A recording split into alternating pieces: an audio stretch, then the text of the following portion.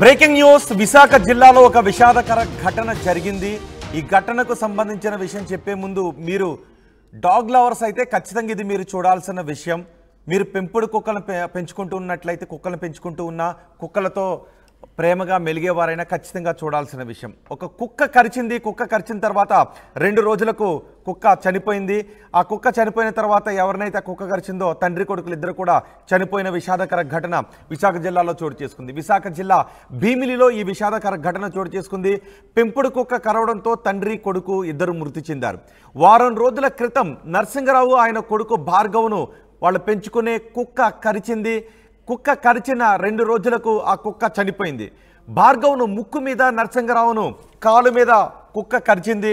అప్రమత్తమై anti rabies action injection తీసుకున్నారు తండ్రి కొడుకులు ఇద్దరు కూడా। అయితే అప్పటికే మెదడు కాలేయానికి రేబిస్ సోకడంతో చికిత్స పొందుతూ తండ్రి కొడుకులు ఇద్దరు కూడా మృతి చెందారు। ఈ ఘటనకు సంబంధించి మున్సిపల్ అధికారులు మాట్లాడారు। మున్సిపల్ అధికారులు ఏం మాట్లాడారో చూద్దాం। చక్రవర్తి అండి, నేను అసిస్టెంట్ సివిల్ సర్జన్ యూపీఎస్సీ భీమ్లీలో మెడికల్ ఆఫీసర్గా పనిచేస్తున్నాను।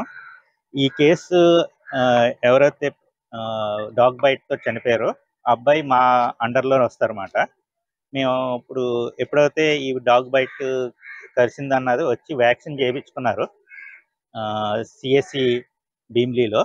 చేయించుకున్న తర్వాత ఆయనకి ఒక డోసు వేసుకున్నారన్నమాట।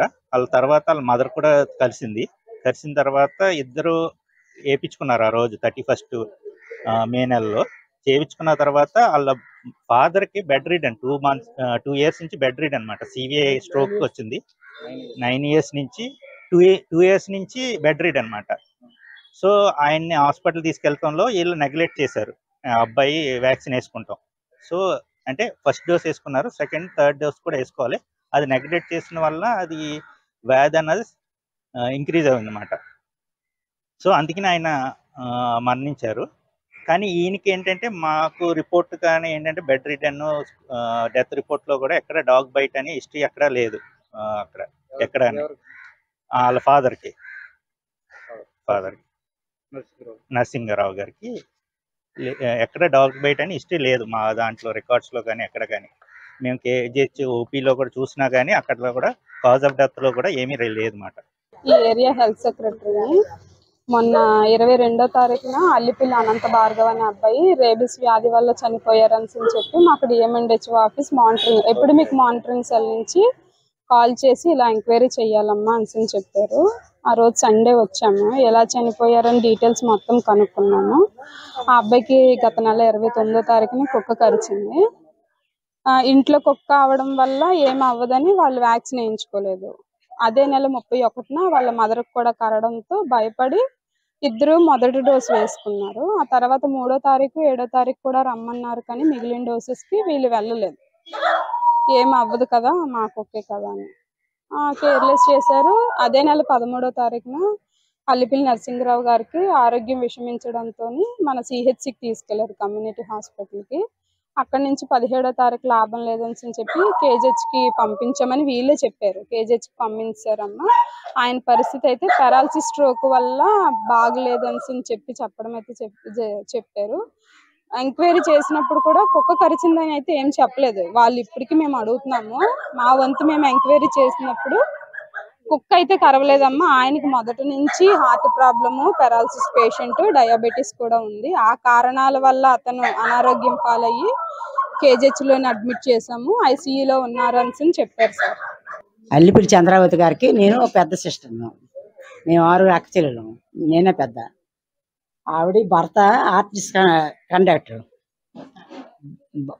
ఆర్టీసీ బస్ కండక్టర్, బస్సులో కండక్టర్గా చేస్తున్నారు। 9 సంవత్సరాల నుంచి పెరాల్సి వచ్చింది నరసింగరావుకి। అబ్బాయికి అయితే ఈ నెలలోని 9 వరకు ఒక కుక్క కరిచిందని చెప్పారు। అది కరిచినప్పుడు అబ్బాయికి ఒక్కరికే కరిచింది, అది ముక్కు మీద చిన్న కరిచింది, చిన్న ఘాట్లోకి పడింది। అబ్బాయి పెద్దగా తీసుకోలేదు, ఇంట్లో కుక్క కదా ఏమవుదు అని చెప్పి అనుకున్నారు। అబ్బాయికి తండ్రి గారు మాత్రం కుక్క కాడుతో చనిపోలేదు సార్। తండ్రి ఆప్షన్ వేరేగా ఉందన్నమాట। తండ్రి కేజీహెచ్లో ట్రీట్మెంట్ తీసుకుంటారు, ఆయన పారాలసిస్ స్ట్రోక్ ఉంది। ఆ పారాలసిస్ మీద ఆయన అడ్మిట్ చేయడం జరిగింది తప్ప తండ్రి కొడుకు మాత్రమే కుక్క కడుతున్నాను. అసలు వ్యాక్సిన్ ఎప్పుడు ఇస్తున్నారు? వ్యాక్సిన్ ఫస్ట్ చేసుకున్నారు సార్ కడిచిన తర్వాత.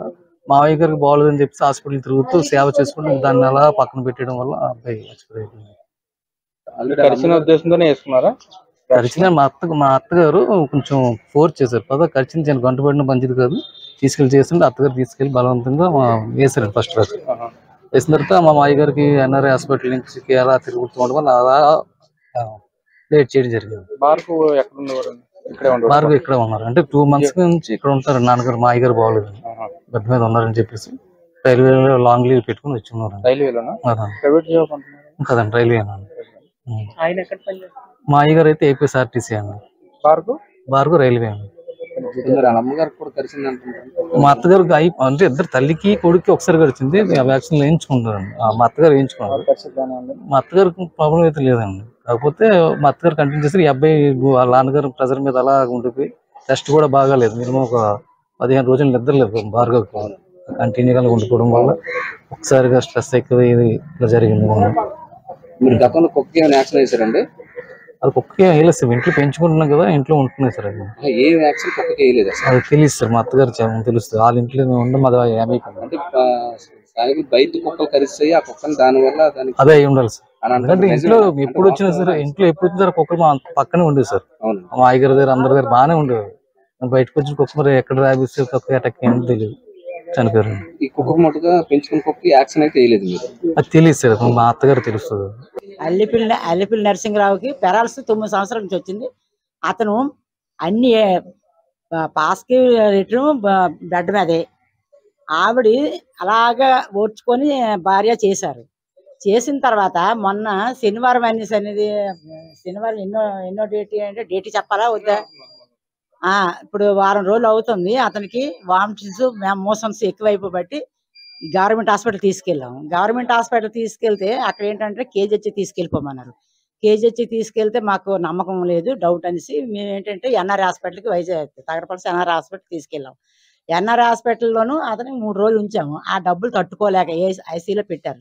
డబ్బులు తట్టుకోలేక మళ్ళీ మాకు పర్మిషన్తోనే కేజీహెచ్ తీసుకెళ్ళాం. కేజీహెచ్లోనూ 3 రోజులు అతను ఉండగలగా అబ్బాయి తండ్రి దగ్గర ఉన్నారు.